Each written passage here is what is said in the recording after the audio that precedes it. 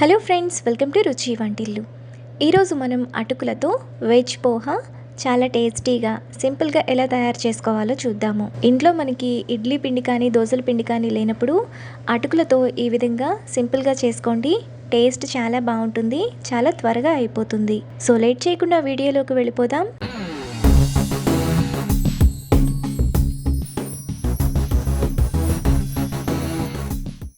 పోహా చేసుకోవడానికి ముందుగా ఒక బౌల్ తీసుకొని అందులో 1 కప్పు అటుకులు, 1 కప్పు నీళ్లు పోసుకొని అటుకులను బాగా కడగాలి. అటుకులను నలపకుండా కడగాలి. ఇలా కడిగిన తర్వాత అటుకుల్లోని వాటర్ అంతా కూడా పూర్తిగా తీసేయాలి. అటుకులలోని నీళ్ళన్నీ కూడా ఈ విధంగా తీసేసిన తర్వాత పక్కన పెట్టుకోవాలి. తర్వాత స్టవ్ మీద పాన్ పెట్టుకొని అందులో 1 టేబుల్ స్పూన్ ఆయిల్ వేసుకోవాలి. ఆయిల్ వేడైన తర్వాత 1 టేబుల్ స్పూన్ తాలింపు గింజలు, 1 టేబుల్ స్పూన్ పల్లీలు వేసుకొని ఫ్రై చేసుకోవాలి.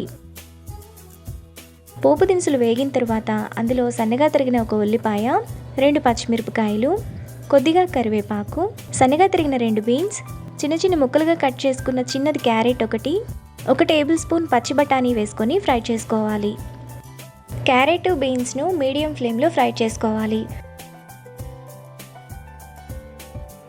మనకి క్యారెట్, బీన్స్, ఉల్లిపాయలు ఈ విధంగా వేగిన తర్వాత అందులో 1/2 టీ స్పూన్ పసుపు, టేస్ట్కి తగినంత ఉప్పు వేసుకొని కలుపుకోవాలి. ఇంట్లో ఇడ్లీ పిండి కానీ దోశ పిండి కానీ లేనప్పుడు ఈ విధంగా అటుకులతో సింపుల్గా టేస్టీగా చేసుకోవచ్చు. టేస్ట్ చాలా బాగుంటుంది.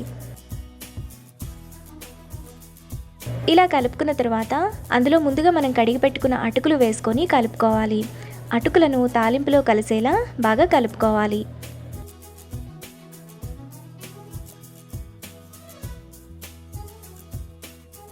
అటుకులన్నీ కూడా తాలింపులో బాగా కలిసిన తర్వాత కొద్దిగా తరిగిన కొత్తిమీర, సగం చెక్క నిమ్మరసం పిండుకొని కలుపుకోవాలి.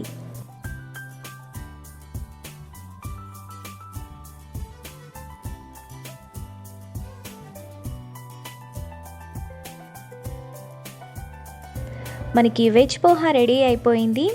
ఇప్పుడు ప్లేట్లోకి తీసుకొని వేడివేడిగా సర్వ్ చేసుకుంటే ఎంతో టేస్టీగా ఉండే వెజ్ పోహా రెడీ. ఈ రెసిపీని మీరు కూడా ట్రై చేసి టేస్ట్ ఎలా వచ్చిందో నాకు కామెంట్స్లో తెలియజేయండి.